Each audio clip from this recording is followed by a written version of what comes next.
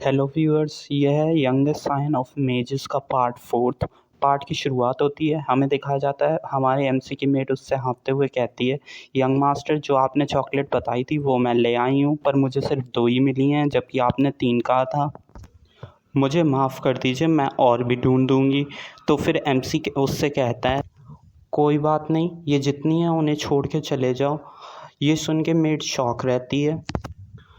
हमारा एमसी कहता है कि अभी मैं थका हुआ हूँ क्योंकि मैं ट्रेनिंग पे गया था, तो फिर मुझे परेशान करना बंद कर दो और यहाँ से चली जाओ।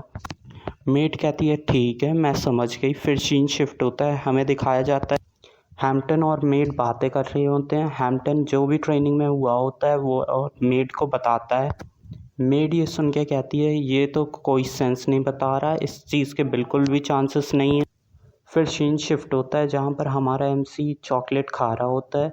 वो कहता है कि उसे इतनी चॉकलेट पसंद नहीं, पर ये कुछ अलग है। फिर तभी उसकी डिवाइन आई एक्टिवेट हो जाती है। वो देखता है कि ये चॉकलेट उसके माना को रिस्टोर कर रही है। एक सिस्टम नोटिफिकेशन आता है फिर कि आपने थोड़ा माना एब्जॉर्ब कर लिया है। फिर हमारा एमसी माना एब्जॉर्प्शन के बारे में बताते हुए कहता है कि जब भी किसी मैजिशियन को माना एब्जॉर्ब करना रहता है तो उसे किसी ऐसी जगह पे जाना होता है जहाँ पर हाई क्वांटिटी में माना हो। फिर वो अपने माना सर्किल के बारे में सोचते हुए कहता है कि इस बॉडी के पास इस वजह से माना सर्किल होगा क्योंकि वो ये चॉकलेट्स हमेशा खाता रहता था, जिसके चलते उसे फ्री का माना मिलता रहता था। फिर वो अपनी फ़ाइट के बारे में सोचते हुए कहता है कि उस टाइम एक पल के लिए टाइम स्लो हो गया था। फिर तभी एक नोटिफिकेशन भी आई थी, attribute slow the flow activate हो चुका है। उसे स्किल के बारे में कुछ पता नहीं रहता है। तभी उसकी मेड उससे कहती है बाहर से कि यंग मास्टर आपसे कोई मिलने आया है। तो फिर हमारा एमसी कहता है कि आज मैं थक चुका हूँ, जो भी मिलना है उससे कहना बाद में आए।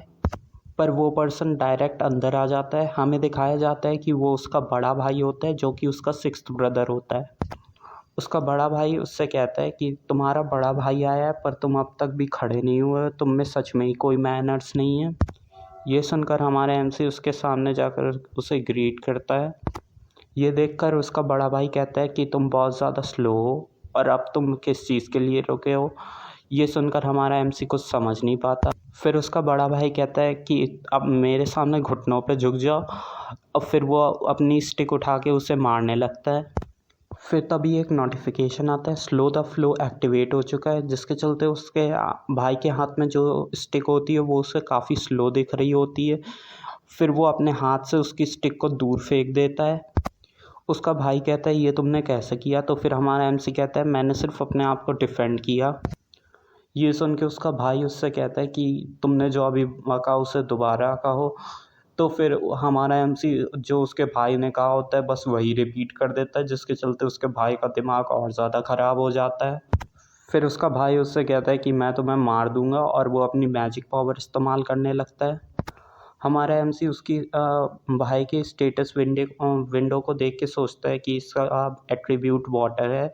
पर जब उसका भाई उस पर अटैक करता है तभी हमारा एमसी उसके ठीक पीछे पहुंच जाता है और उसे पीछे से मारता है। फिर वो अपने भाई के सामने से आकर उसे एक तेज का मुक्का मारता है, जिसके चलते उसके भाई के मुंह से खून निकलने लगता है। वो उसके भाई के मुंह से खून निकलते हुए देख के सोचता है कि मैंने अपनी स्ट्रेंथ को कंट्रोल किया था तब भी इसे इतनी ज़्यादा चोट लग गई। फिर वो हैम्पटन को बुला के कहता है कि जल्दी से हीलर को बुलाओ। पर हैम्पटन सही से सुन नहीं पाता, तो फिर वो आकर पूछता है कि क्या हुआ। हमारा एमसी कहता है जल्दी से हीलर को बुलाओ। हैम्पटन भी इस चीज़ को देख के शॉक रहता है। हमारा एमसी मन में सोचता है कि शायद से मैंने अपने भाई को कुछ ज़्यादा ही मार दिया, पर इसके चलते मुझे एक तरीका मिल गया है मैजिशियंस को फेस करने का, उन्हें आसानी से हराने का। मेरा पहला गोल सरवाइव करना है और अब मुझे शायद से पता है कि मैं ऐसा कैसे कर सकता हूँ। फिर हमें अगले दिन का सीन दिखाया जाता है। हैम्पटन और मेड बात कर रहे होते हैं, जहाँ पर मेड कहती है कि उस बास्टर्ड ने सिक्स मास्टर के साथ ऐसा किया। यहाँ पर बास्टर्ड हमारे एमसी को मेड कह रही होती है। इस चीज़ का तो कोई सेंस ही नहीं बनता है। फिर हैम्पटन कहता है हाँ, मुझे भी इस बात का कोई सेंस नहीं लगता था अगर मैंने इसे अपने आँखों से ना देखा होता। फिर हैम्पटन मेड से कहता है सिस्टर, मैं आपसे हॉनेस्ट और ज़्यादा होऊंगा। तो मेड कहती है किस चीज़ में ऑनेस्ट, क्या ये तुम बताना चाहते हो मुझे कि तुम उसके शैडो गार्ड हो? जो सुन के हैम्पटन शॉक रहता है।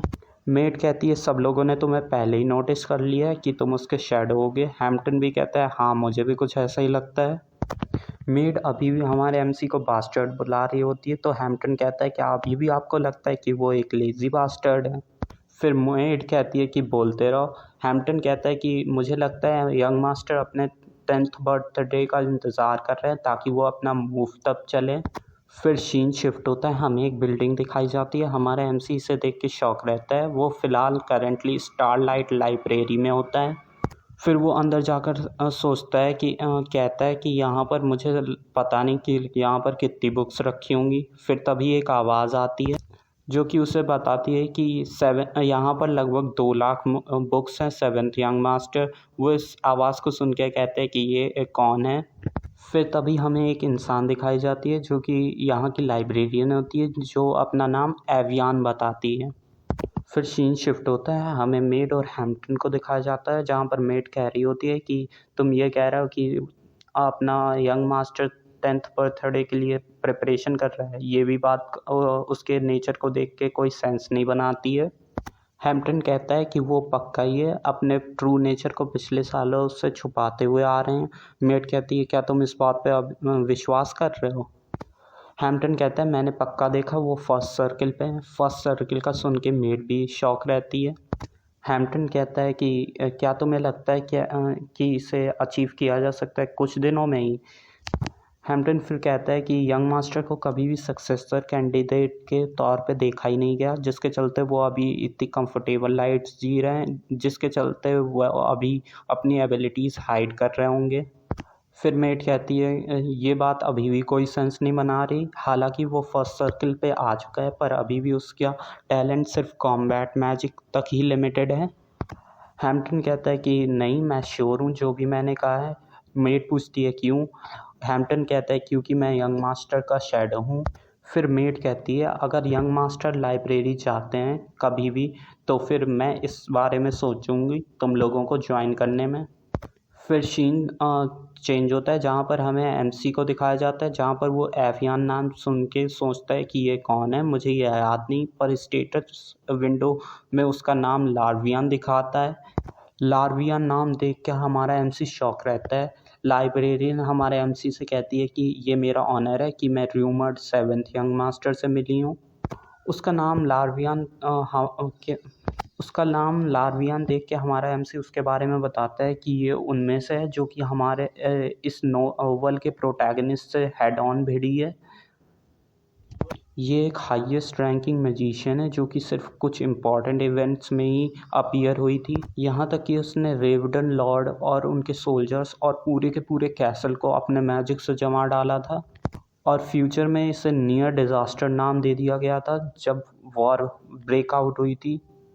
फिर तभी लार्वियन हमारे एमसी से कहती है कि यंग मास्टर आप उस 2nd फ्लोर पे मेरा इंतज़ार करिए, मैं आपके लिए चाय बना के ले आती हूँ। वो पूछती है आप कौन सी चाय पियेंगे? हमारा एमसी कहता है ब्लैक टी। फिर हमारा एमसी अपने इस पुरानी बॉडी के ओनर के बारे में सोचता, अगर वो इससे मिलता तो किस टाइप के एक्ट करता, वो इसे परेशान करता या फिर इसे किक करता। और फिर वो सोचता है अब समझ आ रहा है कि ये मर क्यों गया होगा फ्यूचर में। फिर लार्वियन उससे पूछती है आपको किस टाइप की बुक चाहिए? हमारा एमसी कहता है माना कल्टीवेशन पे। वो कहती है माना कल्टीवेशन में किस टाइप की? हमारा एमसी कहता है फंडामेंटल्स। वो कहती है कि फंडामेंटल बुक ज़्यादातर अननेसेसरी मानी जाती हैं, आपके पास तो मेटन फैमिली की ब्लड लाइन है। हमारे एमसी कहता है कि तुम्हें ज़्यादा इस बारे में नहीं सोचना चाहिए। फिर तभी वो एक मैजिक करती है और उसे वो वाली बुक दे देती है। फिर हमारा एमसी कहता है ठीक है अब तुम जा सकती हो। फिर तभी लाइब्रेरियन गायब हो जाती है। फिर हमारा एमसी उस बुक को पढ़ने लगता है। फिर थोड़ी देर बाद वो थक के बिल्कुल बैठ जाता है। वो सोचता है क्या ये फंडामेंटल्स हैं, मेरे जैसे मॉडर्न मैन के लिए इसको याद करना बिल्कुल ही नामुमकिन है, ऐसे तो खुद से मैं मैजिक कभी सीख ही नहीं पाऊँगा। फिर तभी उसे एक आइडिया आता है। फिर वो अपनी डिवाइन आई की एबिलिटी को इस्तेमाल करने लगता है। डिवाइन आई उस बुक को एनालाइज करने लगती है। फिर तभी एक नोटिफिकेशन आता है एनालाइज 22% हो चुका है, पर अब आगे एनालाइज नहीं हो सकता क्योंकि आपका पूरा माना अब ख़त्म हो चुका है। ये देख के हमारा एमसी मन में सोचता है कि जब मैं इस बुक को 100% एनालाइज कर लूँगा तभी मुझे इस बुक की सारी नॉलेज मिलेगी। फिर सीन शिफ्ट होता है, हमारा एमसी अपने घर के पास होता है जहाँ पर हैम्पटन उसे बताता है कि लेडी सोसो आपसे मिलने यहाँ पर आई हैं। सोसो नाम सुन के पहले तो वो कुछ समझ नहीं पाता, फिर वो कुछ देख के शॉक हो जाता है जहाँ पर उसकी इस बॉडी की मदर खड़ी होती हैं। फिर वो अपने बारे में बताता है कि चा संगमिन जो कि पिछले वर्ल्ड में वो था, उसने अपनी मदर को कुछ ज़्यादा ही मिस किया था क्योंकि जब वो यंग था तभी उसकी मदर कैंसर के चलते मर गई थी।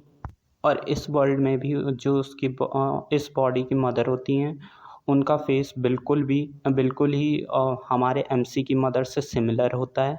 फिर तभी वो कुछ देख के और शॉक हो जाता है जहाँ पर उसे उनकी करेक्टर इन्फो दिख रही होती है जहाँ पर उन्हें एक टाइप की बीमारी होती है जो कि अर्ली स्टेज पे होती है जिसका ये नाम अजूरे डॉट्स होता है। और इसी के साथ हमारा ये पार्ट ख़त्म हो जाता है। Please like and subscribe. Thank you.